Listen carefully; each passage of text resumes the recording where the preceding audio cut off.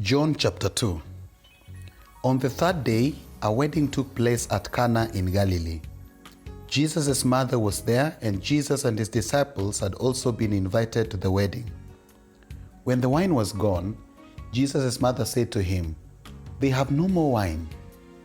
"Dear woman, why do you involve me?" Jesus replied, "My time has not yet come."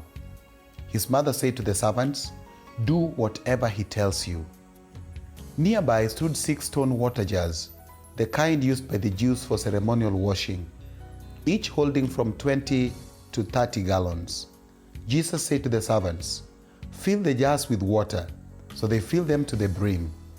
Then he told them, "Now draw some out and take it to the master of the banquet." They did so, and the master of the banquet tasted the water that had been turned into wine. He did not realize where it had come from, though the servants who had drawn the water knew. Then he called the bridegroom aside and said, "Everyone brings out the choice wine first, and then the cheaper wine after the guests have had too much to drink.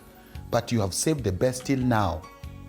This, the first of his miraculous signs Jesus performed at Cana in Galilee. He thus revealed his glory, and his disciples put their faith in him. After this, he went down to Capernaum with his mother and brothers and his disciples. There they stayed for a few days. When it was almost time for the Jewish Passover, Jesus went up to Jerusalem.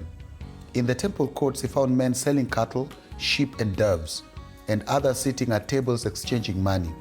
So he made a whip out of cords and drove all from the temple area, both sheep and cattle. He scattered the coins of the money changers and overturned their tables. To those who sold doves, he said, "Get these out of here. How dare you turn my father's house into a market?" His disciples remembered that it is written, "Zeal for your house will consume me." Then the Jews demanded of him, "What miraculous sign can you show us to prove your authority to do all this?" Jesus answered them, "Destroy this temple and I will raise it again in 3 days." The Jews replied, "It has taken 46 years to build this temple, and you are going to raise it in 3 days?" But the temple he had spoken of was his body.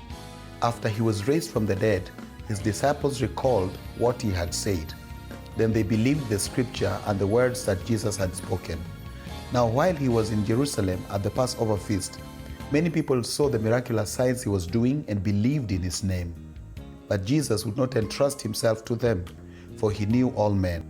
He did not need man's testimony about man, for he knew what was in a man.